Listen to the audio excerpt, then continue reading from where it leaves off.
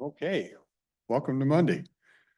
Looks like you got a couple things to go over, so I'll just turn it over to you. Yes, good morning, Kathy Funk Baxter, Finance Director. Our first financial today that we'll be going over is the Auditor's Office. And I believe Kaylee will be online in case there's any questions or anything for the Auditor's Office that you want to ask. Okay. We'll start with their revenue, and they are part of our general fund. And so their revenues may not equal the expenses, and actually their revenue is greater than their expenses because the number one item they have in their account for revenue is our sales tax revenue. That's budgeted $11,530,600. The actuals so far through April is $1,605,291. We are showing that we're below target, but that's because there's a lag in our revenues for sales tax. January and February are receipts that are actually booked back to 2024. So that was a little over $1 million. That was over $1 million. But So we have received 2 months. we only have 2 months of revenue in there. We have March and April because they come at the end of the month. Right, so the 1,600,000, that represents the 2 months, January and February? Yeah. So about 800,000 a month? Yes. Mm-hmm. Is At that the on beginning of target? the year. A little bit. We're actually, when we received January, the earnings for January, we were up over what we budgeted a little bit, like about 6%. February was down a little bit, but together we're very much. Where we're supposed to be. Yeah, we're where we're supposed to be. We're right on track. So typically your sales tax receipts climb during the year. They're lower at this part of the year. So we'll see. I'm going to keep my fingers crossed. It's been a up and down economic times lately. Yeah. They said that the Dow was raised this morning. So I don't know. And interest rates were holding, they haven't declined yet. And so I don't know, it's just very unusual. Do we know, are we on track with the property taxes that were collected? Are we fairly close to that? Oh, yes, on Yeah. our property taxes. Mhm. Yeah. And on that, we typically collect about 99% of what we bill out. So, and then we have success collecting it in the future years. So the property taxes are on the treasurer's financials and sales taxes on the auditor's financials. Licenses, that's budgeted at $5,000. They brought in a little bit over $1,000. Intergovernmental, we budgeted $2,379,000. They brought in $229,000. The majority of this is one payment for the PUD privilege tax. And so that's been received for the year. Kathy, what is a privilege tax? Is just, I know that it says that it's in lieu of property taxes. Is that all that means? Yeah, it's Okay. it's in lieu of property taxes for the utility district. Because it's based upon their gross revenues versus a sales tax or such. Is that something we set with PUD or it's set and we just receive? No, it's set, and we just receive it. And it's only received once a year on the PUD part. Goods and services is budgeted at $1.3 million. We've brought in $373,815. And so we still have more to bring in there. This is the primary driver on this one is the billings that they do to the departments. They establish, they collect all the actuals, and then they turn around and build out for postage and things like that. that the auditor office, services auditor office provides to other internal departments. But they'll do that later in the year. So the year-to-date actuals are all through what period of time? April 30th, basically. Okay. So on that one, it should be pretty close to what we budgeted. Yes. Mhm. Because I'm looking at those numbers going, wow, we're pretty behind. Yeah, it makes it look like on that one, on goods and services, if you did a 12-month average, we were supposed to be at 455, and we're at 373, but there's a one lump sum billing on that particular invoicing. Miscellaneous, we budgeted 12,550. They've already brought in 30,377, so they're actually over on that particular budget, on the trend line. What revenue are they generating miscellaneously? I didn't look at that one since it was so small. I didn't look at, and I don't have a note here, so off the top of my head, I don't know.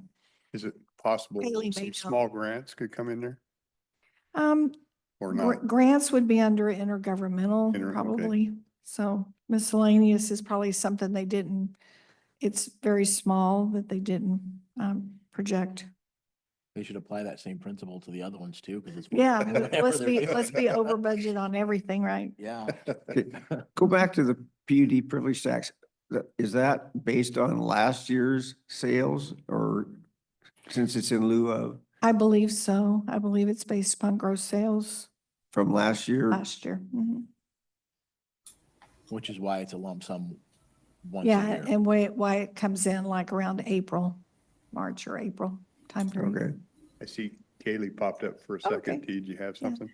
Yeah, I can speak a little bit on the miscellaneous revenue. So that's little things like notary fees. So when someone comes in and needs a notary, just little things like that that don't really fall under like you said, a grant category or the sales tax category. So printing, if we charge anybody for printing, that goes under miscellaneous as well. So just little random things like that that we don't really have any gauge on how much we're going to end up getting throughout the year, or if it's even going to be a revenue source that legitimately comes in. But then with the PUD privilege tax, we actually we receive a notification from the state on how much the revenue will be, and then we receive a report from the PUD based on their prior year revenue, and that revenue is then split out between the county and the cities. And so there's a big calculation that goes along with it, and I'm happy to actually provide that to the board if they'd like to just have some information on it and see the details behind it. It's just a spreadsheet that does the calculation for us, and we put it into memo form and distribute it. We work with the treasurer's office to get that revenue out to the cities as well, based on what we get back from the PUD and the calculation. Oh, so that money is actually shared with the other municipalities? Yes.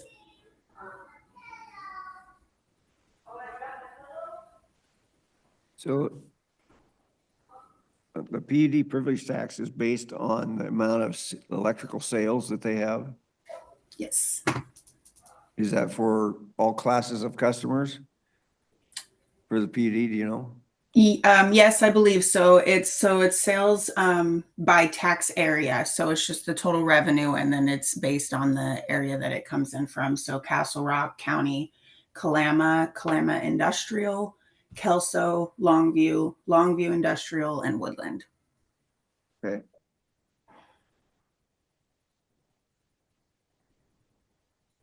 Thank you.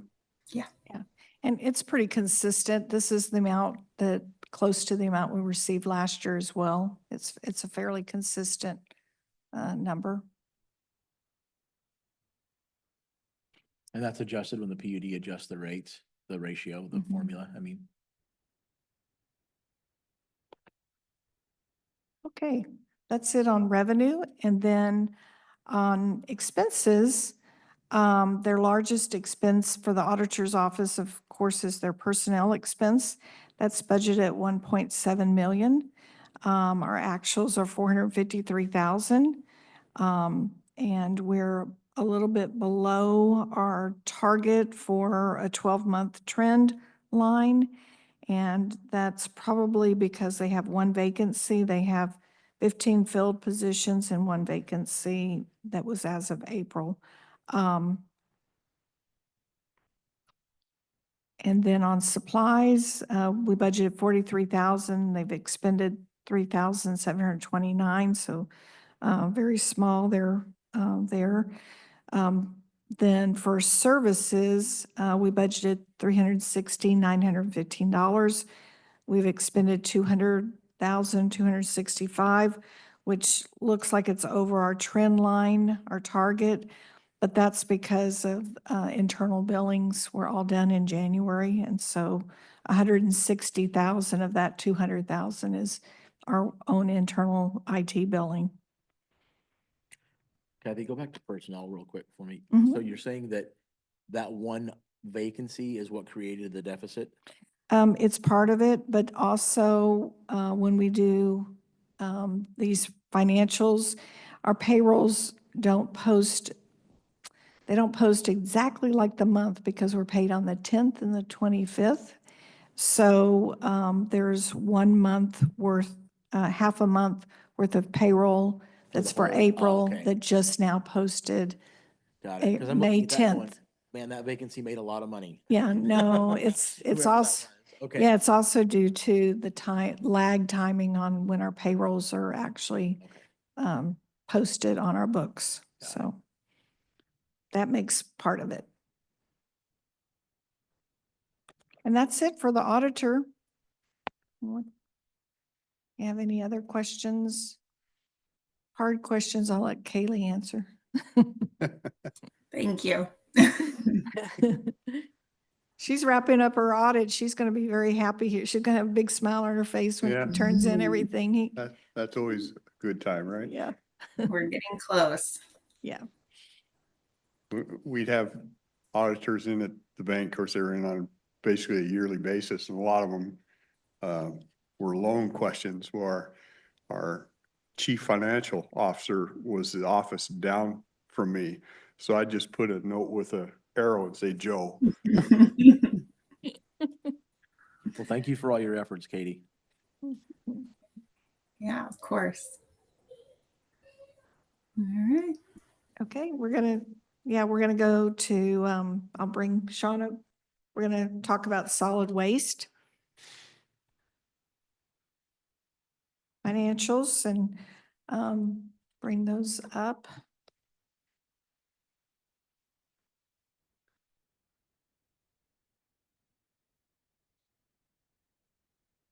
Okay, so our main solid waste has all of the operational revenues and expenses, and that's the Fund 40801.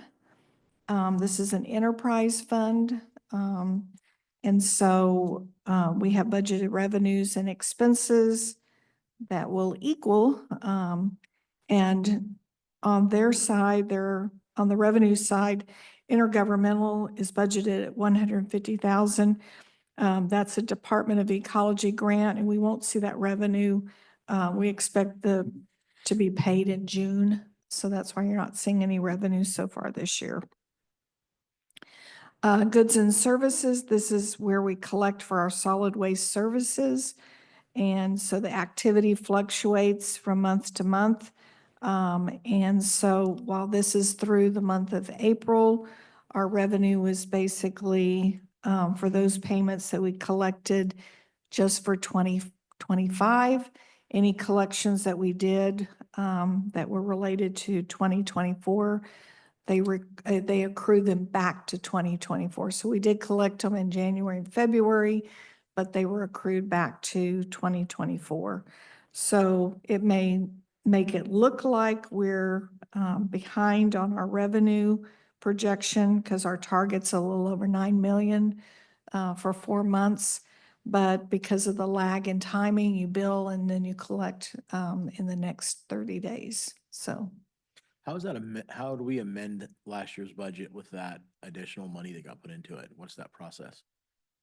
You know, the money It that was was collected? it was included as a revenue in the budget, and therefore, when we ended the year, that entry's made like in December, but it's It's actually made after they look at all the collections and they make the entry in March, but backdate it to 2024. So we already know what that number is just based Yeah. on. Yeah. Okay. Yeah. So, I see. Sean Rui, Public Works. So for 2024, we accrued back about $3.4 million. Actual cash receipts to date for this fund have been about 9.84 million. So we're still over that target value a little bit and on track there. Yeah. I'd rather look at it on a cash basis here. So we really don't know where we're at until 3 months into the next year, is what you're saying? Yeah. For the previous year. Right. They look at the collections in January and February and make those accruals back. Yeah. But like Sean said, that's basically 4 months of payments that have come in, even though 2 of them are related to 2024. So we are on track cash wise with what we budgeted. So. And then miscellaneous is budgeted at 450,000 and we've brought in 180,000 so far.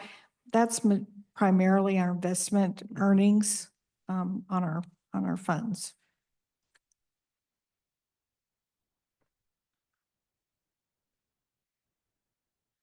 Okay, on expenses, we have personnel budgeted at 2.7 million, and we have actuals for the year so far is 724,500. And so we're a tad behind our projections, but they also as well have 1 vacancy on their personnel. They have 18 filled position, 1 vacancy. And then, as we said, there's 1 payroll half the month that we'll be posting, and it'll post as a May 10th.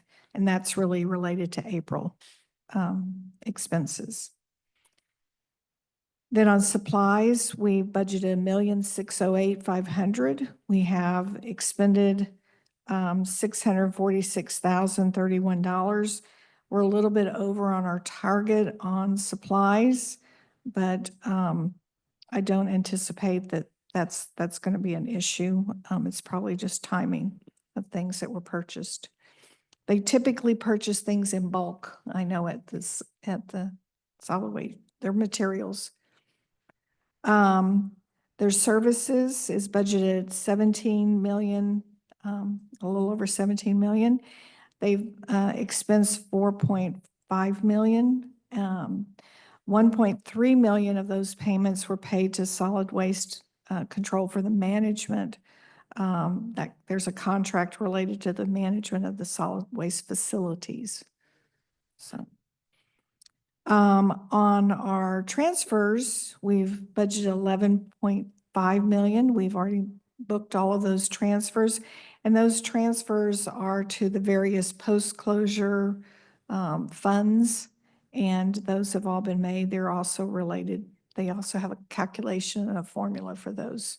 So We don't overfund that, do we? Once we get the budget, do we just leave it at that? The post-closure funds, Yeah. so they are currently overfunded. We try and keep it a stabilized flow into there. So if we have lean years or heavy years, it's the impact to the operating is pretty stable. Good. And just some more conversation on the services side.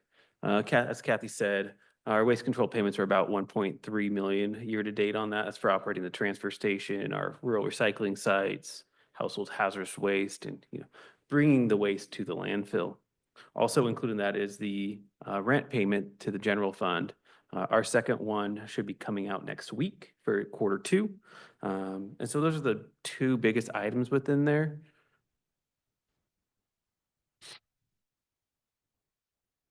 the annual rent payment is the $7.5 million. Mhm. Yeah. So. You spurred a question on, remember is it Coal Creek, the recycle site we had that was Mhm. not being, they were just dumping garbage, so we closed it. Then we worked on trying to reopen. Apparently that didn't work. It's still open Oh, currently. is it still there? Yep. Okay, I'm just We, not seeing it in the place I was familiar with. I keep an eye on it. I drive past it every morning and every evening on my way to and Okay. from work.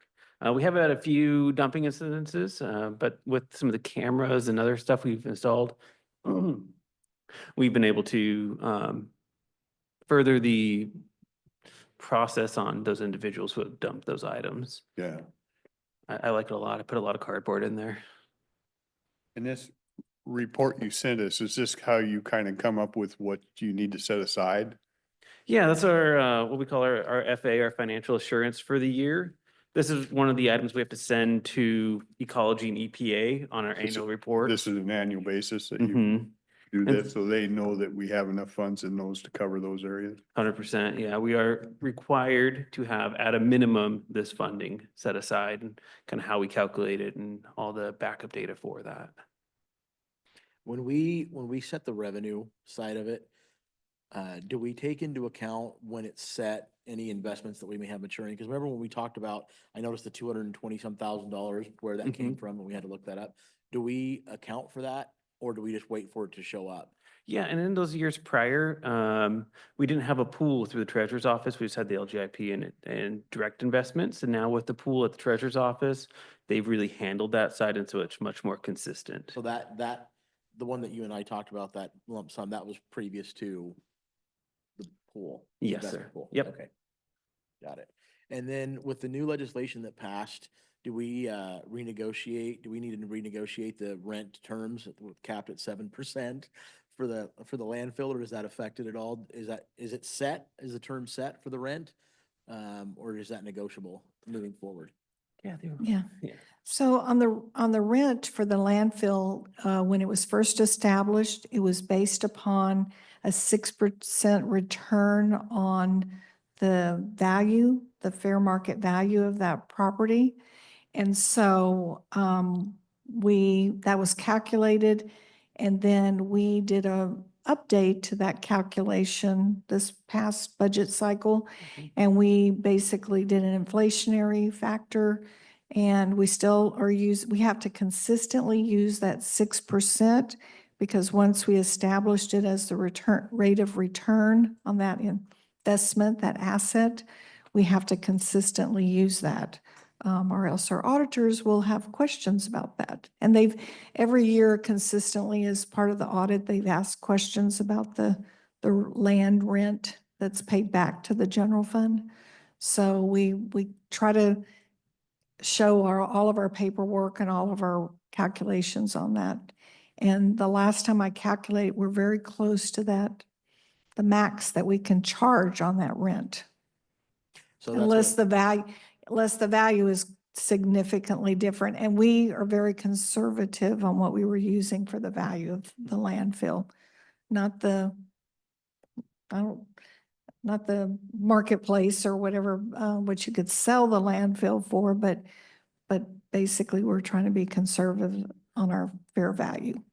And then inflationary value is what you sent us in that email that you mapped out. Yeah, I think we did that last Yeah, fall. we did that right before we did the budget for 2025. And I'll calculate it again.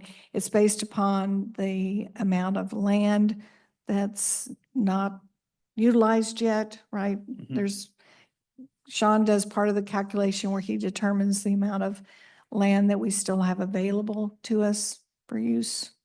So the valuation isn't necessarily market value on what it can be sold for. Right. It's not based upon what it could be sold for. It's based more upon the value of the unutilized land, and we escalated it by an inflationary factor. Looking at inflation. So the property up there is about 350 acres total. The landfill footprint itself is about 300, a little over. And that's all 23 cells of that. And we're only in cell 9, so there's still a lot of growth there for unused land. And we evaluate that every year, you said? Yeah, we'll look at it again when we do the next budget. So it gets adjusted. It gets adjusted every year. Yeah, we can calculate it based upon the land, unused landfill. And what inflationary factor are we using?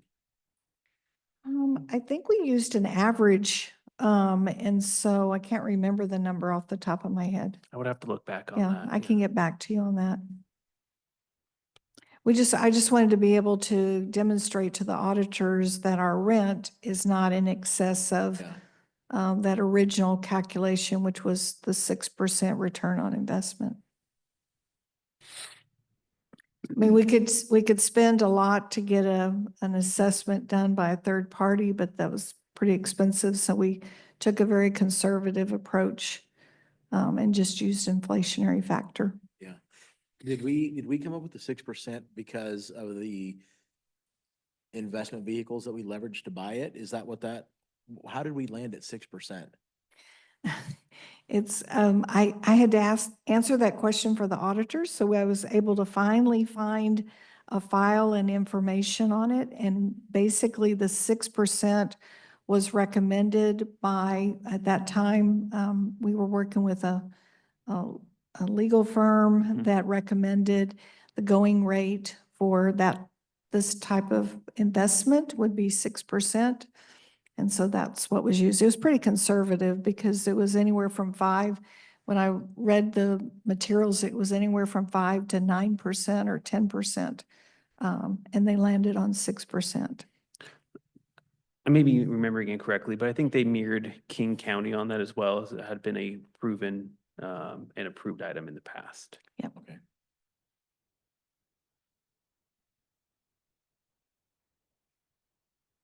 My brain's spinning. Yeah, at the time when you look at the date, the going rates for money investments and things like that, 5% in that range was about what the state, and that was the other thing. I was trying to find some other investment calculations and I found one that was for this, one of the state investment guidelines. And so what they were trying to achieve, and it may have been on the, well, wasn't, I don't know. But anyway, I found an external calculation that was 5 point something percent. So they were a little bit higher than that, but they were lower than what the top end of what the recommendation was. Yeah, the only reason I asked that is just because you can get 4.25% on liquid money right now. So Mhm. when you said 6% on that investment, that's why I'm wondering if that needs to be reevaluated and what the process is to do that. Mm. So, okay. Yeah, we probably could look at it, but I know that the auditors wanted us to use something consistent on a consistent basis. Yeah.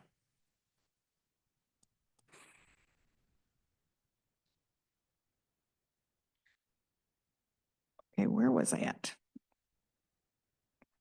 We had just done transfers. I think we're onto the ELF fund.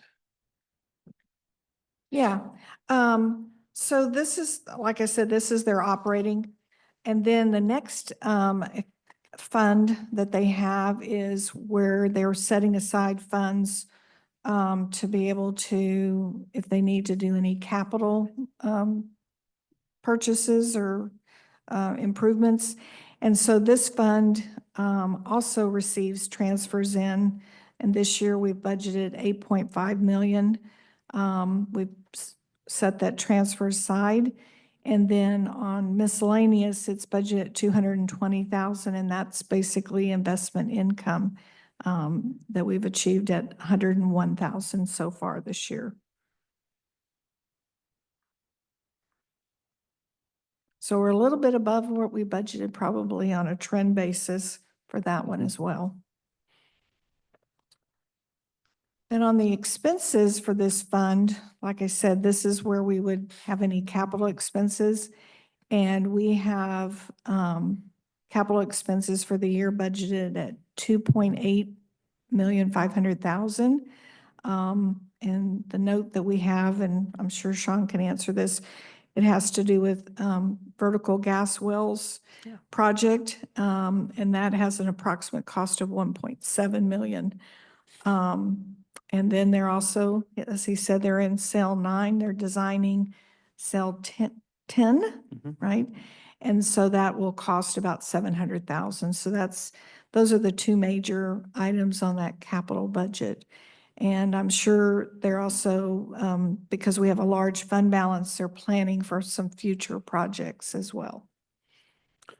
100% what Kathy said. You know, vertical wells, we expect in August or September to put those in. I believe we're looking about 22, 23 vertical wells into the closed cells of 1, 7, 8, and 2, kind of the west side there. Cell 10, we're working on that 60% engineering. We brought that contract to you a few months ago, maybe. And then, of course, we have our small equipment, you know, rebuilding undercarriages of dozers or compactor. The board approved us for a used excavator purchase to replace our aging one. So we're in the process of that right now. And then a mechanic's truck is actively being looked for a nice used one there. Those vertical wells, are those the same ones that you guys, on Tenant Way, when we talked about the port buying that piece of property, that we were still responsible for those wells? Is that, are they the same thing? Tenant Way, I'm not as familiar with. I know there's a few verticals, but most of Tenant Way is gonna be horizontals. At headquarters, horizontals are installed during the operations, but as the waste will start to degrade and slump, they become less effective.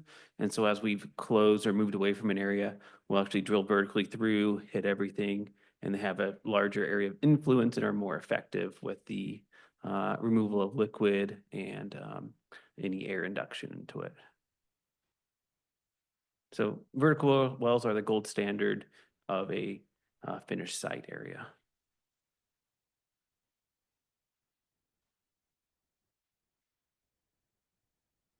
That's it on those. And then we also included in the package today is the post-closure funds. Basically, most of these are the transfers.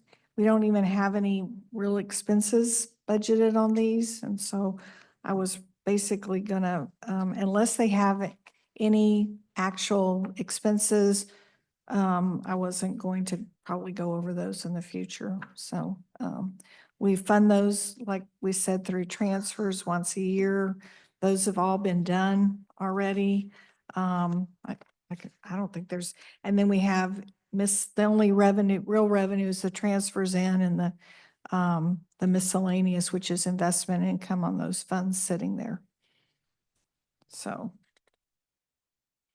And we also project our expenses that will be part of our annual accruals at the end of the year. So those won't happen until the books are closed. So.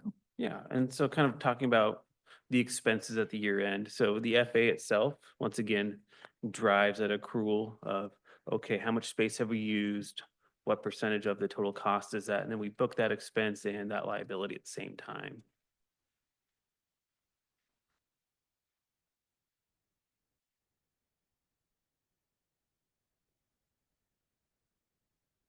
And then I'll turn it over to Sean in case there's any operational items he wants to go over.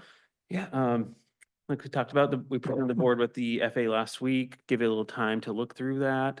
It's pretty straightforward, you know, just talking about cash balance is always a big topic. So within our operational fund, we have a current cash balance of about 7.7 million. The ELF fund is about 17.1. Tenant Way lined closure fund is approximately 8.85. Tenant Way unlined section is about $900,000. Headquarters closure fund is about 24.76. And then the headquarters post-closure fund is about 8.76 there. So it's quite a lot of dollars, but a lot of those are really locked away. The ELF fund, of course, the major spend on that in the near future is going to be cell 10. And we're thinking about the $14 million range there. Sean, is there a formula that the Department of Ecology tells us we have to use in order to know how much money to set aside for this, for the closures of these things? So they don't give a specific formula, but all the documentation in the back of the FA is what drives that. And we haven't had any issues so far. Mhm. Every time we actually do a closure or we do a line item within the post-closure that would be part of that post-closure activity, say, gosh, you know, the permit fees go up. We'll adjust that at that point in time to the most accurate real number, and then we'll continue to roll CPI on top of that until we do it again. So if we were to say, close a portion of the landfill that's to final grade, we do that closure and then update that whole formula based upon the cost at that time. And do we, because I noticed they're pretty healthy and on the email that you sent, we're doing well on those. Do we add a little bit of buffer for those years when unexpected things might happen? Yeah, especially once it's closed, say at Tenant Way, you know, it's very small for many years and then we'll see a spike because that's amortized over all the years. Say if we need to do a flare replacement or one of our vacuum pumps goes down. So you may see a spike, but that's amortized over the entire year process of that. And how many years after it closes are we responsible for that? So for Tenant Way, a minimum is 30 years, so about 20 years left on that. Headquarters by permit's 55, but we may still be responsible longer depending on the site at that 55-year period. Now, part of the things we do for the closure fund, that's just for basin 1. So we do it as basin by basins because if we choose to close it for some reason, we'd be able to close at that point in time. For basin 2, we would need more infrastructure, more stormwater ponds, more leachate collection, things like that. And so once we say are done with cell 13, move into 14, we'll have a secondary closure fund for basin 2 and then basin 3. Let's, worst case scenario. Say state of Washington wants out of that business and they came in tomorrow and said, we don't have landfills anymore, you're closed. What we have in there, would that cover us through the closing process or we be short? So it would cover us for everything we have open to date. Okay.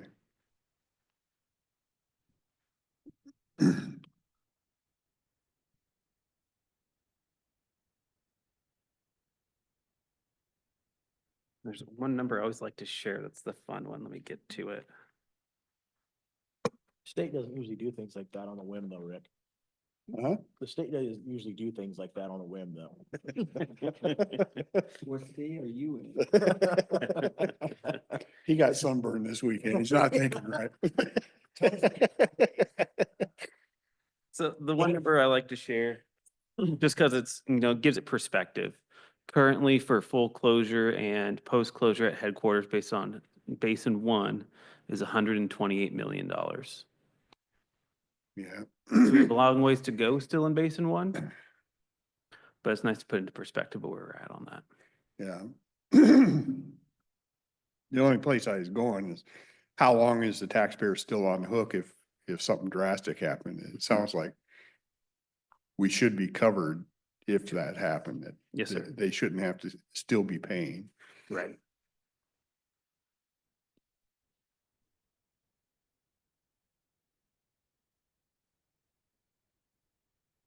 Any additional questions for me? No, it sounds like you guys are doing a great job. Perfect with that. That's Thank you. good. Thank you.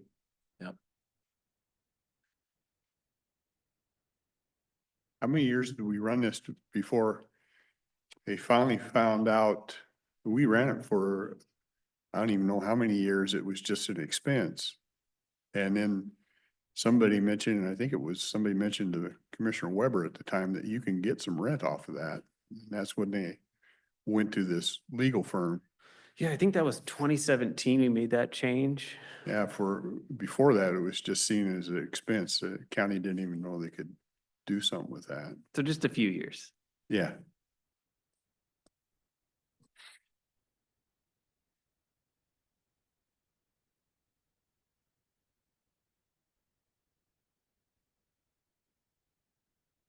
I don't have anything else on the budget management review. Okay.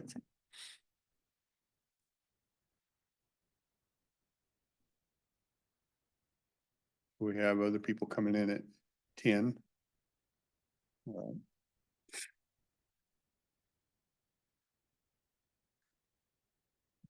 One question for you gentlemen. Remember and I don't remember his name, the gentleman from Faithful Servants that was in the other day and was telling us a little bit about their organization and stuff. And they put an ad that have you seen their work truck up there, that old Yeah. Ford beat up thing? They're looking for a new one. Well, I'd had a conversation with Gina James in the past that because we had been able to help Family Promise with something, I said, is that same type of thing available to them if we choose to do that? And so she, we had a conversation. She said they could, that's something that we could do if we chose to do that. So I didn't know if, I'd be more than happy to put those two together and they could bring something to us, but if you felt like what they were telling us is worthwhile, if not, I won't even bother with it. Yeah, I actually, it's funny, I had a conversation with one of the gentlemen that was in the audience, not the one that came and spoke to us, but he was with the Larry? organization. Yeah. And I pulled into the parking lot and he was outside and he walks up to me and he said, "Hey, glad to meet you. Come on, I'll give you a tour." And I'm like, okay. So we were going into the building and another guy pulls up and he starts walking towards him and that was the guy that he had the appointment with. He thought he had the appointment with me. And he was gonna give me a tour of the houses, you know, that are right over here. But I had a really good conversation with him and they actually do quite a bit of stuff. Yeah, And it's a pretty impressive organization, given the little resources that they have and what they do and offer. So I am on board for helping them. If we can, yeah. I'll tell them there's no promise, but I'll put the two together and they can bring a proposal to us and we'd be willing to look at it. You bet. Okay. Absolutely. Okay, other than that, I don't, unless you have something we can reconvene at 10, okay? Oh, Sean, you may want to have a conversation. Okay, we're back from recess. We'll start heading into agenda and I see Public Works is ready to go. Good morning again, Commissioner. Sean Rowley, Public Works. First thing up, we have item number 2, a call for bids. This is the second section of the call for bids for road surfacing materials that we awarded last week, trying to get more vendors again.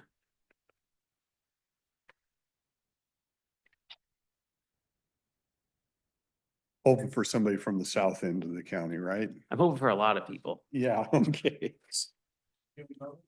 Response? Yeah, normally we do. We had 2 of our normal bidders that were in some flux, and so I'm hoping that those ones will get back on again. But the more the merrier. Where do you do this at? Where do you actually have the auction at?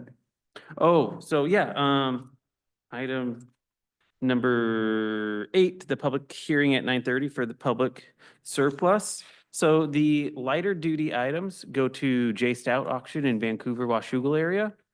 The more heavy equipment, we usually have better response at Ritchie Brothers up in the more Chehalis Winlock area up there. And then so if we just want to go into that, we got 12 items going to auction proposed. The first 4 are from our solid waste fund. We have a 1993 Maruka. This is a tracked kind of dump bed item. Unfortunately, we are unable to secure parts to repair it, and it seems like a consistent item that's going to continue to happen. We have a Load King Lowboy. It's a little low for the equipment we have now, the D7s versus the D8s and other equipment. Additionally, the bed is a little sprung on that one. It is a hand-me-down from the roads department, is my understanding.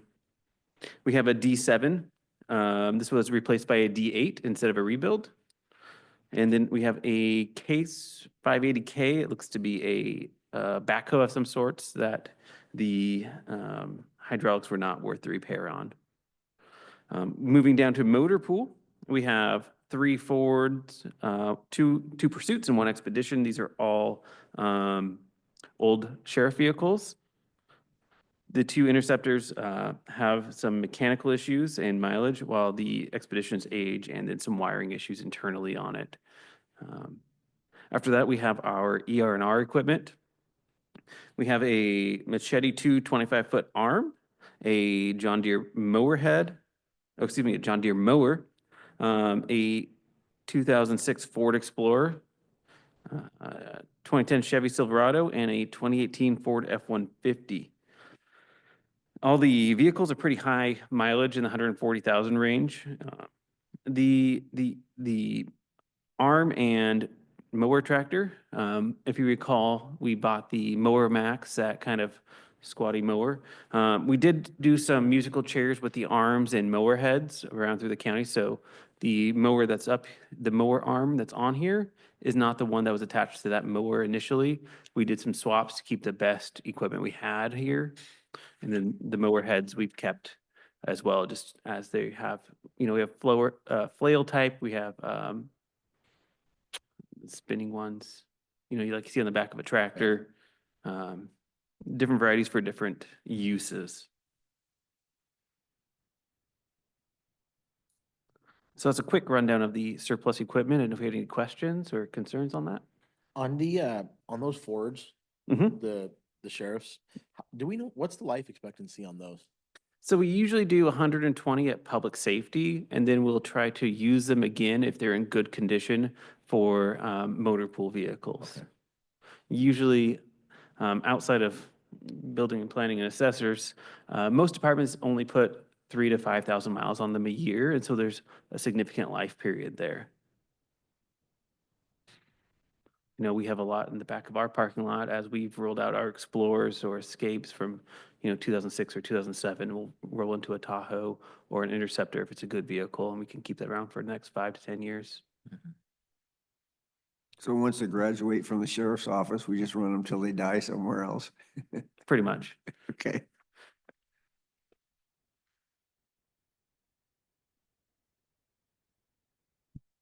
If they go up to the landfill, just roll them into the fill.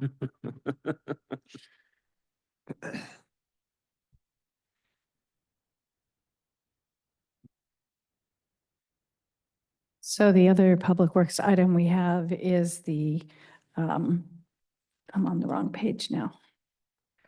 The county road project resolution for county road project number 819 for the Primrose Road Improvement Projects. This is one of our last remaining, we call them primitive roads. This is one of our last 8 roads that's not an alley, that's on our primitive road list. So if you go up off Mount Pleasant, it's like doing a private road entrance, and then you're on a gravel road for the extent of the road. So the intent is to do the triple chip seal on it this summer because there has been some development pressure out there. We've gone from 2 or 3 houses to closer to 12.5. So the condition is hard for us as a crew to maintain because gravel roads need regular maintenance. So this will just bring it up and put it on our normal rotation of chip sealing in the future. And this is a state requirement that when we're doing it, upgrading the surface is one of the requirements. You need to create it as a county road project. And then in this case, we're using county forces. And by state law, we have to advertise them if they're an estimate above $5,000, I believe is the correct number.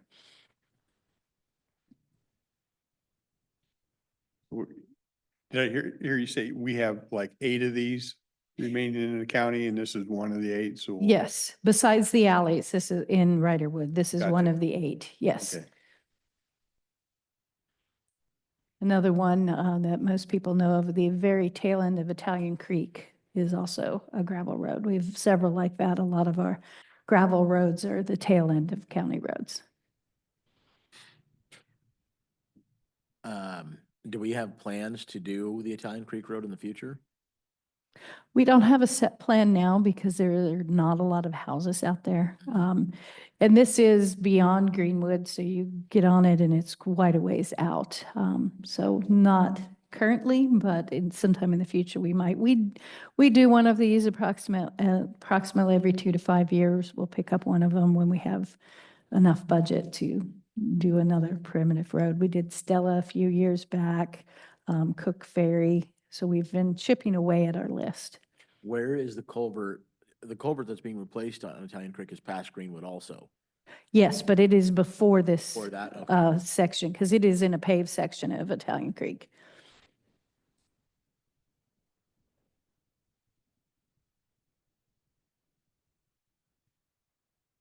Going back to Sean real quick. Do we know when we give these to the auction, we sell it to them? Do we get a portion of what it's auctioned off at? What's that process look like? Yeah, so once we select the auctioneer house we want to use, there's seller premiums. So usually it's between 8 to 12% of the sold item is the fee that they charge. Okay. The higher value items have lower premiums while the lower value items have higher premiums.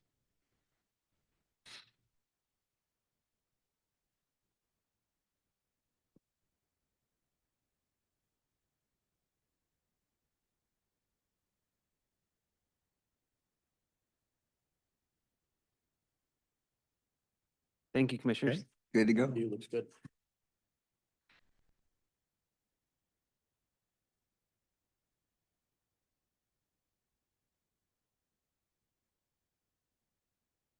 I believe the next item on your agenda item is risk management.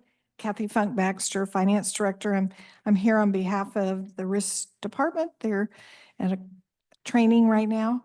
And so we have an item on the agenda for request to hold a public hearing.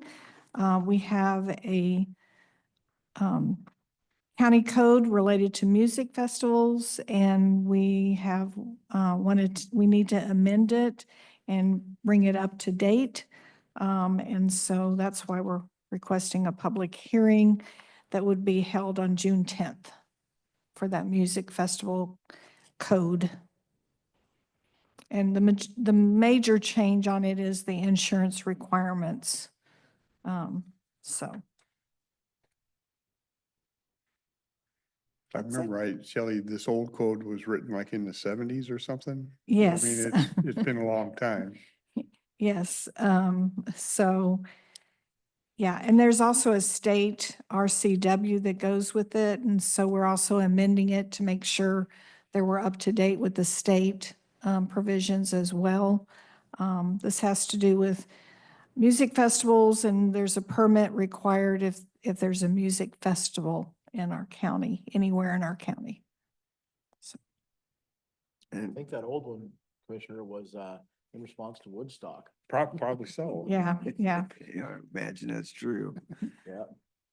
So, and it's been reviewed by the prosecuting attorney's office as well, so. In the for that seventies, thing. I may or may not have attended something like that. So the two big updates are bring it up to speed with insurance requirements, to bring it up to speed with state RCW. That's what I'm hearing. Yes. Okay. mhm. So that's a request to have a public hearing, which the public hearing will be June 10th. Okay. Thank you.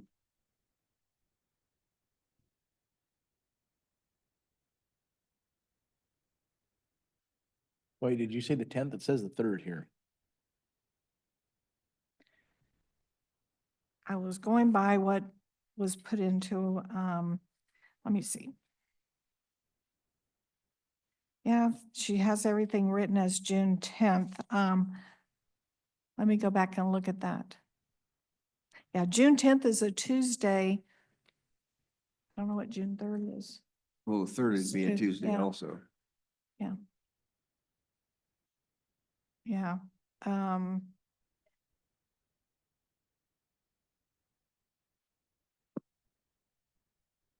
We may have to update the request for the hearing if that's the wrong date. Or did we just put it on the agenda with, She has it scheduled for June 3rd. okay. I'll make sure we update, give you an updated resolution then.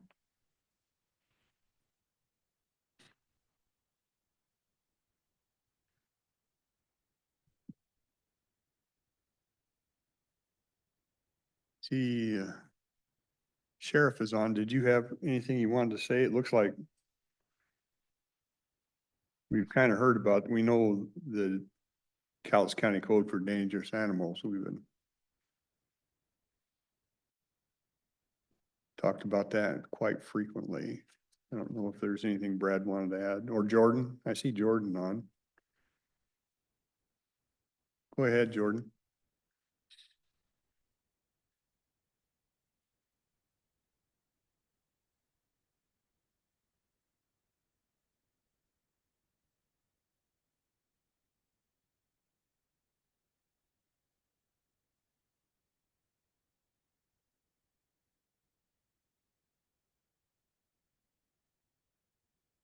Getting them, I see Troy got on there. getting them over so they can talk. Yeah, there's Jordan back on. I'm on and we're just trying to get Jordan on. Okay, did that work? Yeah. Yeah. Go ahead. Can you hear me now? Nope. Okay. I didn't necessarily have anything to add unless you guys had questions. Oh, I think we've discussed this, pretty much. This is just basically amended it, so it goes, instead of a board, it goes to the other officer, The hearings examiner. the hearings examiner, yeah. Correct. That's pretty simple. Yes. And I can't remember, we didn't increase the amount, right? Because we weren't sure he was gonna hit it? Or did we increase it? Oh, yeah, that's a good point. You'd set aside some money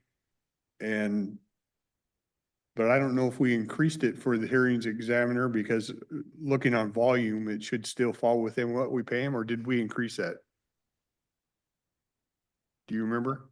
To my knowledge, it still fell within the amount that we paid, but I might be speaking out of turn. Brad might know better than I. That's my recollection also. That's what I thought. I just wanted to make sure. Yeah. I think that's true. We just decided that he should fall with that, and if it doesn't, we just take it up and amend it at that time. Yes. Okay, That's the way I remember it. Yeah, okay. I think we discussed, because the frequency or infrequency that we anticipated utilizing that. If it became more, then we were gonna reevaluate. Perfect. And did anybody want to touch on the Children's Justice and Advocacy Center? Tackle that. Morning, Commissioners. This is Troy Brightville from the Sheriff's Office. Realizing we have some new faces this year, we utilized the Children's Justice Advocacy Center for our forensic interviews on crimes against children. We often have underage victims of crimes, and we have national standards and best practices that we have to follow as we conduct what we call a forensic interview. We do this at CJAC in a neutral environment where they feel more open to speaking with an interviewer, and it's a plainclothes interviewer who has been through all of this training and certifications.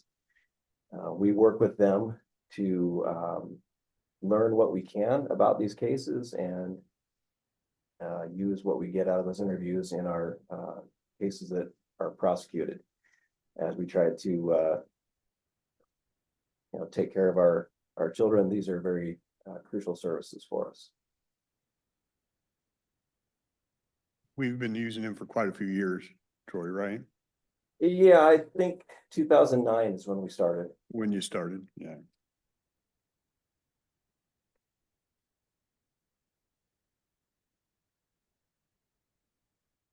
Not seeing any questions. I think we're good. Okay. Thanks, Troy.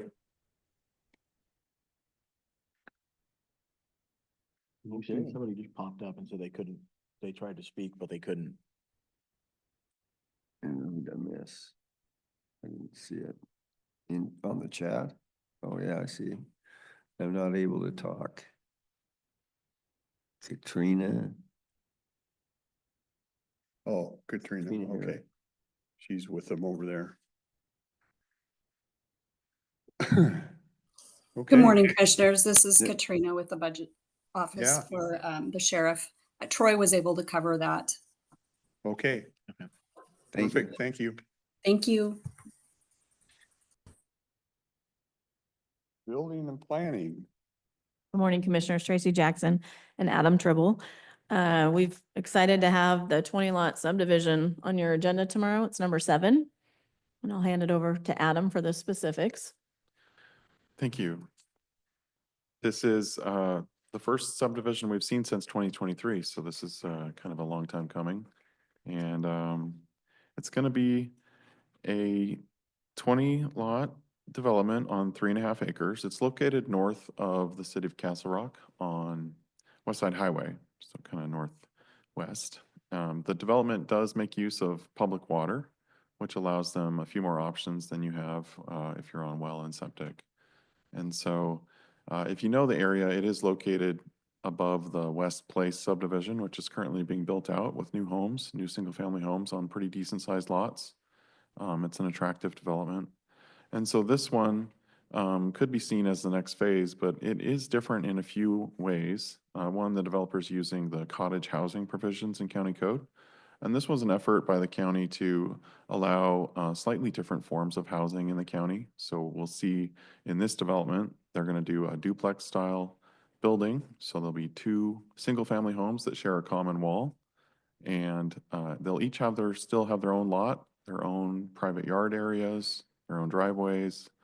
They might share driveways in some instances, but generally it'll feel like more like a townhouse scenario than a duplex. And it does give the developer and the residents an option to kind of maintain less overall, be responsible for less. They'll have access to quite a bit of open space. So on that 3.6 acres, if the developer wasn't using the cottage housing provisions, they could actually do up to 26 units theoretically. But this proposal is for 20 units using those cottage housing provisions and making use of that existing street frontage, which is smart. We did identify a few issues in this development, as with all, and I just want to highlight kind of the unique ones to this development as we took it through the Planning Commission and the public hearing process, and we got comments from the neighbors. One of those comments was that they're using streetlight style that kind of lights up the whole neighborhood really, really bright. And so the neighbors on Gassman Road, one of them at least commented that it'd be appreciated if they didn't have those lights pointed right at their house or right lighting up Gassman Road the same way that West Place is. And so I requested a condition of approval to limit the street lighting along Gassman Road to just the intersection points. So at Kyle Street and up where Gassman heads towards West Side Highway. And that should still provide street lighting, but limit the light and glare that goes onto the neighbors. Now, one of the reasons that complaint is made is the county and the city of Castle Rock have an agreement which calls upon both to use city standards when a development is proposed in the county's urban growth area. And this development is a good example of that. They use city water, they're adjacent to the city's urban growth area, they're inside the growth area. And so in City of Castle Rock's idea, this may become city someday. And so some of the street standards and then the utility standards of the city are implemented so that when the city, if it ever does take this area over or annex it, the development will kind of match what they're already maintaining and it'll fit within their program. But that does lead to those light standards being slightly different than you might see in a county development. They're the city's standard for lights, and so that's why they are that acorn style with the light just sitting on top of a pole. So with that condition of approval, we felt that we could kind of mitigate some of that impact.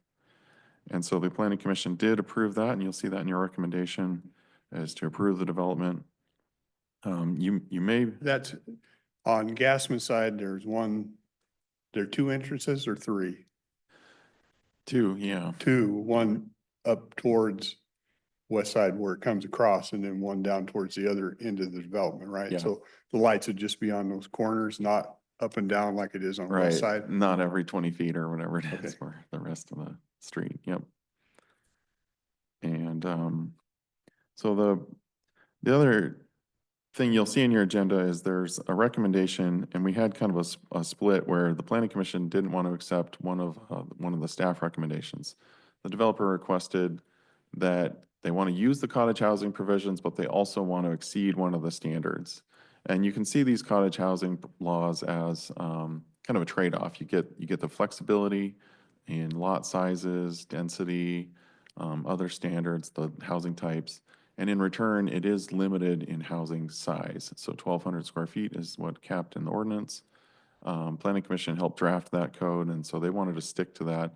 Developer was asking for, it turns out, up to a third of the units to go to 1,400 square foot. My recommendation was to support that. We call that a waiver request. So staff supported a waiver request. Planning Commission gave it a vote, didn't approve the waiver request. and then voted again and approved the overall development without the waiver request.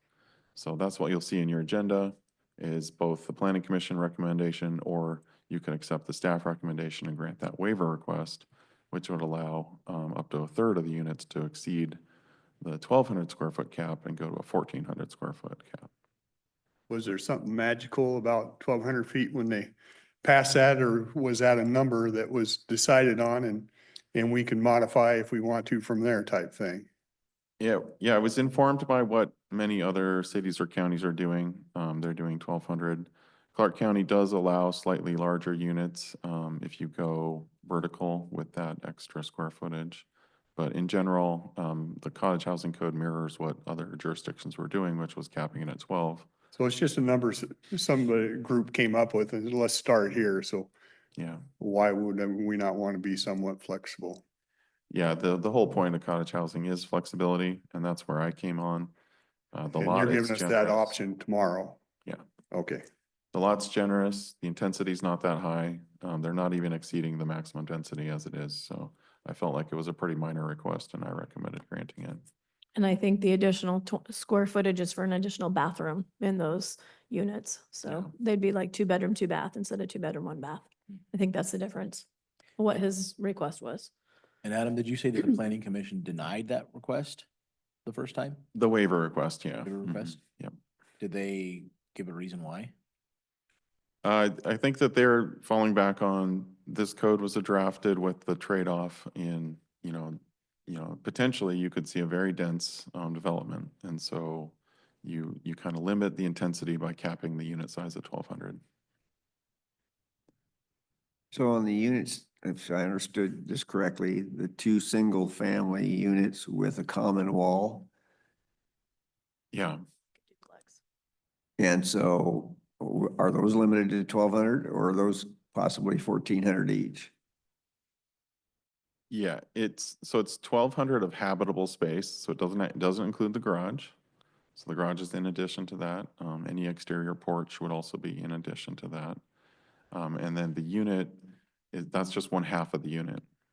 So yeah, 2,400 habitable space between the 2 units that share a common wall. Do they get anything special for using this cottage thing? Do they get a break in fees or building code or anything? Do they have to, I guess what I'm saying, do they have to meet everything that you would do if you were building your own home? They do. So Yeah. then why do we restrict them? I mean, we're not giving them any break, and in exchange for this break, we're gonna limit you to 1,200. It's just an arbitrary number somebody came up with, the way it looks like to me. Yeah. Yeah, and in a different setting where they're really trying to fit as many units as possible in, we might want to say, you know what, And 1,200 that is would be a enough. that would be a case where Yeah. you could justify maybe a case. Well, if you want these many units in this, we need so much open space, so you're gonna have to figure out this square footage. Yeah. Yeah. So what is the advantage or benefit to using the cottage? Well, in this case, they don't have a side yard setback on that one side where the units are attached. So that allows the attached style units and slightly smaller lot sizes in this case. You can go down smaller lot sizes. You can get more lots overall, which is better for developers. You can get flexibility in your site design. You can exceed the density of the zone. So, yeah. There's several advantages, and I would just make the comment that it's pretty great to have this housing style available. And the developer emphasized that there's a market for this. There's people who are looking for this kind of low maintenance, not too large option, but still nice. So it's pretty neat to see right next to a development where you got the more traditional single-family homes on the market. And then this is yet another style of product that can be purchased and a new type of development that we'll see in the county. And I I- definitely say there's a market, and I agree that we should do whatever we can to help them get them in. And this is where the lots are served by septic as well. So by having the common area in the back of the septic, it allows the additional flexibility with the housing of the cottage versus single family where they'd have to have their own septic systems. Yeah, They're that's going to good use point. a group system in the back. Oh, For So each- that's So they why, won't be individual systems, it'll be one group system? It's In the not back? not one No. group. It's actually multiple shared, which Okay. is allowed. So it's not the big group system that we're kind of afraid of or can cause problems. It's multiple shared, which is much more well understood. So we're saying 20 lots, so there's not 20 septic No. systems there. correct. Do you know what his plans? Because that's one of the questions I had posed to me was, there were concern about septic system with the soils there. Any idea how many of these would be? We'll have that answer tomorrow. I mean, I can send it get to how you it looks like today. you can control that a little easier and be able to monitor it and stuff. So I'm saying it's a good thing. I just was Yeah. curious. And Yeah, this- we don't know the exact number, but And this cottage home allows more homes for less Gotcha. systems. Yes. Mhm. We're in the development before they're in their own septic system with the public water. In cottage homes, you got 20 units. Does it provide parking for like 2 per unit or how's Yeah. that? Yeah, each unit will have 2 parking spaces that are their own parking spaces. So most of the stuff should be able to be contained within the lots for these unit. We don't expect them, because that's a pretty wide road that goes across it. We don't expect this all to be lined with vehicles, do we? Or, Well, given who You might never move in know. here, we don't expect them to have that many cars. Right. Maybe 1 car households even. yeah, okay. We allowing for bike lanes? There will Commissioner be- Mortensen would be Yeah. proud of you. There will be a multi-use path along the highway and that'll be connect to the existing one. So, yeah. You'll be able to ride it to West Side Highway. Yeah. Yes. Stop. And I will just make another comment that we did provide notice of this meeting to the neighbors. We don't normally do that, but it was requested just to keep them informed. This is a closed record hearing. That's a protection for applicants, just to prevent them from a never-ending process. So they're allowed 1 public hearing, and they're kind of guaranteed an answer after that. And so that's why this is considered closed record. But yeah, we did have some of the neighbors in attendance, and it was requested that I notify them when this agenda is available. When the agenda was finalized, I did send them notice. So Yeah. I think it's great that you guys you're taking these on a case by case basis based on what the variables are and that you're doing it in a timely manner, because that's ultimately what we are here to do for the public. So, yeah, it's good. Thank you. I'm gonna have some questions tomorrow and and I'll touch on them with you today. So I'm told there's the commissioners, basically it was Mr. Smith and Miss Rodman that wanted us into a dark sky deal. And I'm having real troubles with that. Why these people, did they give any justification why they're pushing their own agenda onto this developer? not at this meeting. I think it had been like previously a topic that was, like before I was hired, it was something that was kind of on the planning commission's to-do list. Is this going to be a recommendation to the city of Castle Rock? Is it going to show anywhere in this approval? The planning commission wanted to recommend that dark sky lighting be used if available. My response was that this is a city of Castle Rock standard. We've already agreed to use their standard. We don't really have the ability to say that to them. But Because I don't want to open that door. This is a personal agenda for 2 people on there. And how they think they can justify pushing it to this developer or somebody else to do this, I struggle with. yeah, They don't have the right to tell them what to do with that. yeah, it's not a county standard. And Okay. in this case, I don't know if the city of Castle Rock has that standard. So, I'll ask Castle Rock tonight when I'm there. But I'm probably going to talk about it tomorrow because I'm disappointed they would bring this up. I've fought with them over this for a while and they know that it's not an ordinance, not anything that we push, and to push this on people. And It's not the that's- way I think. and You know, that's you not- don't do that to people. We're not pushing that agenda on this applicant or any other applicant. It's Okay. not something that our county even has in place. So Yeah. that's not what we're recommending for I this don't even want the approval. door cracked Nope. a bit. Nope. And so Understood. I'm telling you, I'm not yelling at you tomorrow. I'm just We hear you. going to put it on record and state. Thank you. What's a dark sky lighting? No, I don't, Growth management. it's part of Growth Management Act where the impact of your home has to be, it can't block the sky so you can't see the stars and stuff. It's like a carbon thing. So you can't block the view of Yeah. somebody else's Yeah. ability to be an astronomer. And if the people of Calhoun County all voted and wanted to do that, I'm good with that. But this is a personal agenda item they're trying to push on to the developer and I'm not having it. Okay.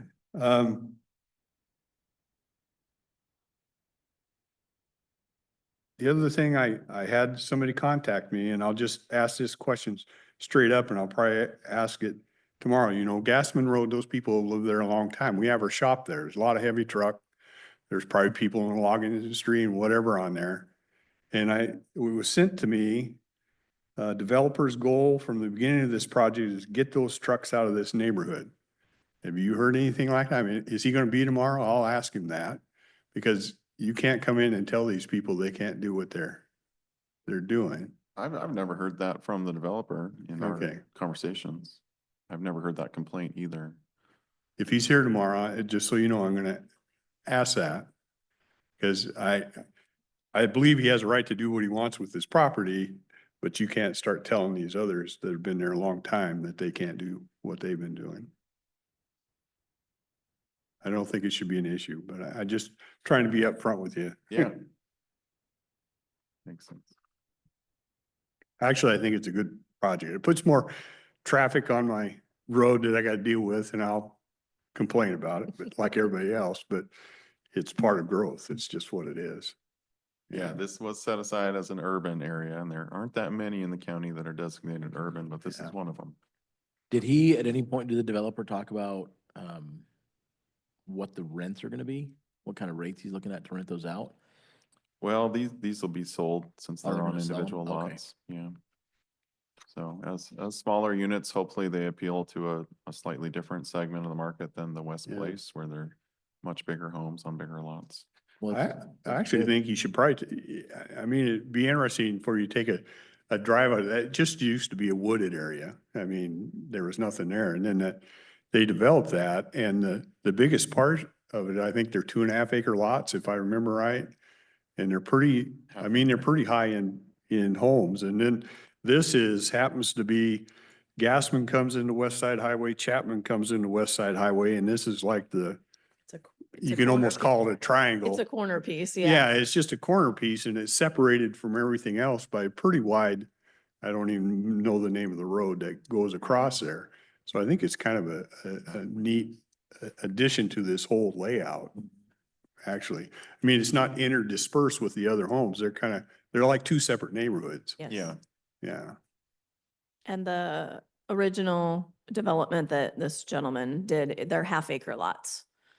The custom homes next to it. They're half acre? They're half acre. Okay.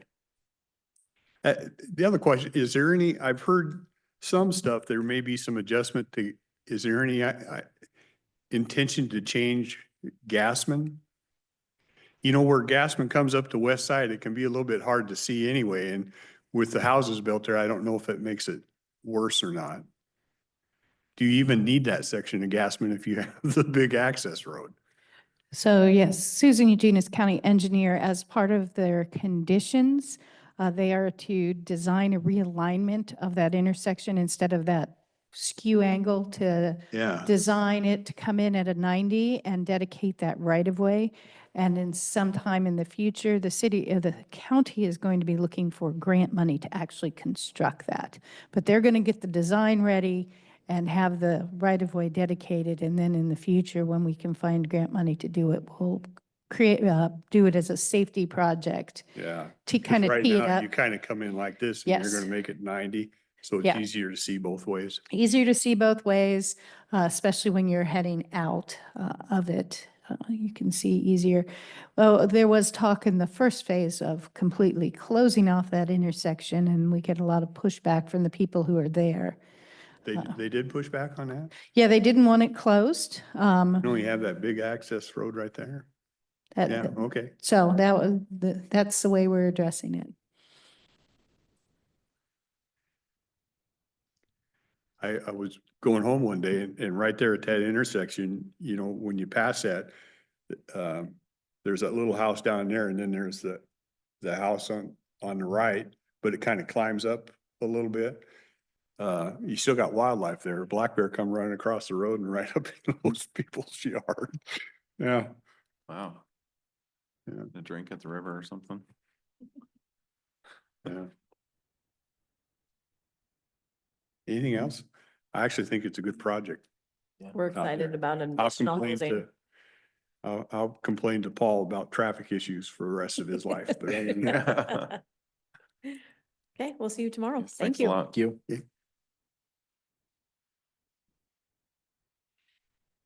What was the issue about the trucks? People, I know there's log trucks and stuff out there. well, We got what county I shop. had is just a note that said from the beginning, this developer's goal is to take the trucks out of the neighborhood is, When that, don't we have a county shop out there? Yeah.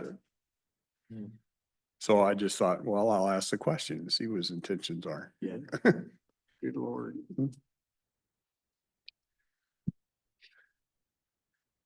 Jessica, if you got stuff, we can take you early. You're not waiting for anybody or anything, huh? Good morning, Jessica Warren, Human Resources. I just have a couple requests from Public Works. The first request is to reclassify one of their current water sewer operators to a water sewer foreman position. This will be salary grade 300. And I know that we've workshopped this in the past. So Okay. this is what was agreed upon. Looks good. And then the next item is a request to fill operator 2 at Kalama Shop. The current operator 2 is retiring June 30th, and this would be with a domino effect as well.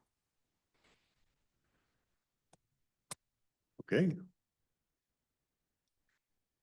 Okay, and that's all I have. this that's all you morning. had? Yeah, Making it easy That was today? easy. All right. thank you. Thank you.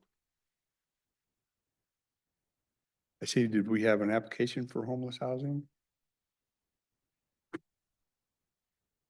Gina is on.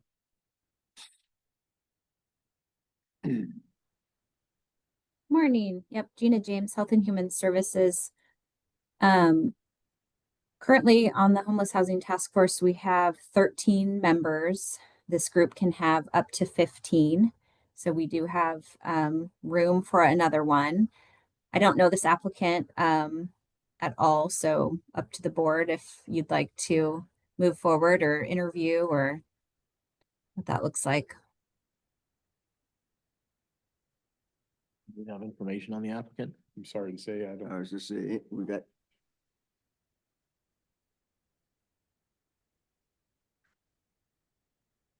I hate to just appoint somebody that nobody knows. Yeah. Hey, Gina, while she's printing that, commissioners and I had a quick conversation earlier about faithful servants and conversation we had on their work truck. Mm-hmm. So I'm gonna walk over and get his contact information and then probably send it to you and see if there's something you can work out to present. Would that be fine? Yeah, absolutely. That would be great. Yep. Okay.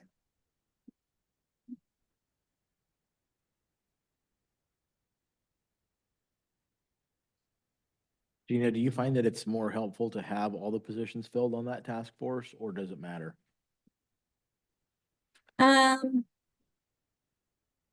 I don't think it matters. It kind of goes in waves. Right now, we're doing a lot of work on developing our new plan, but the attendance is always hit and miss. And I don't think that matters whether you have 10 or 15. So I don't think it matters too much. There's definitely some colorful personalities on that board. There's a good variety, a good mix of perspectives. Yeah. There is. Yeah. Which I think it's good. We have good Yeah. meetings. I think Arn used to attend those, didn't he? I think it was more for entertainment value. He did go to those.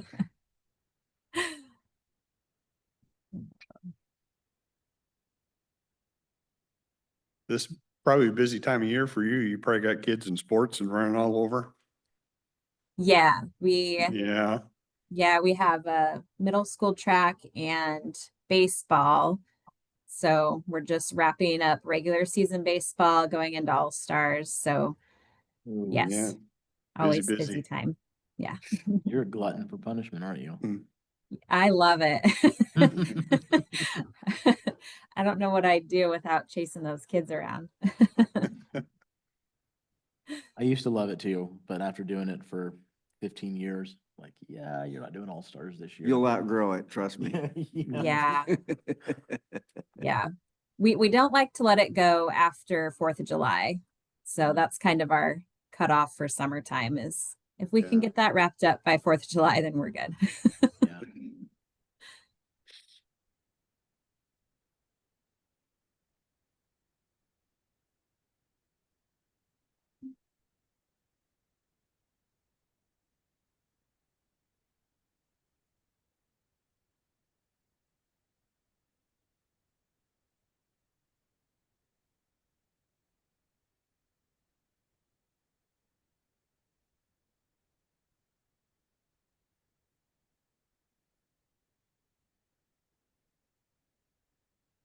The certified peer support specialist.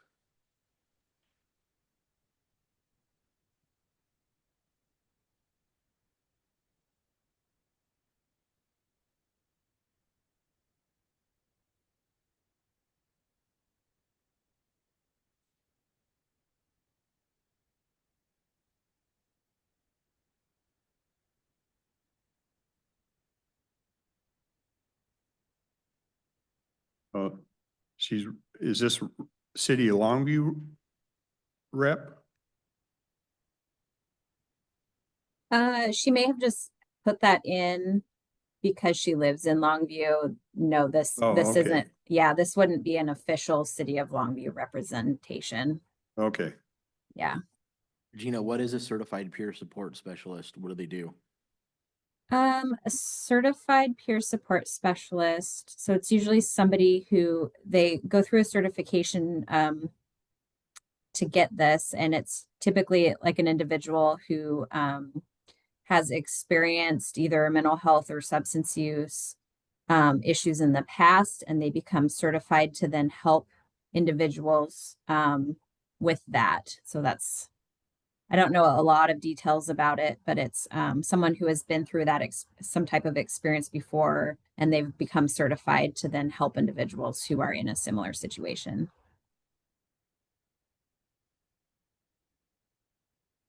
Well, me personally, based on that, I would like to talk to her first.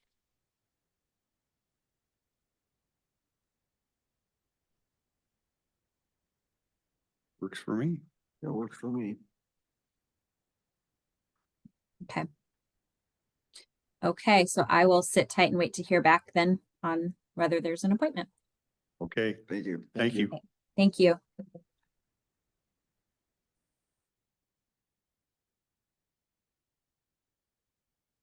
You comfortable having that conversation and just Yeah. You bet. reporting to us? Because I certainly trust your judgment. You bet. Okay. Anything else, gentlemen? I don't think so. So till tomorrow, we will adjourn. Thank you.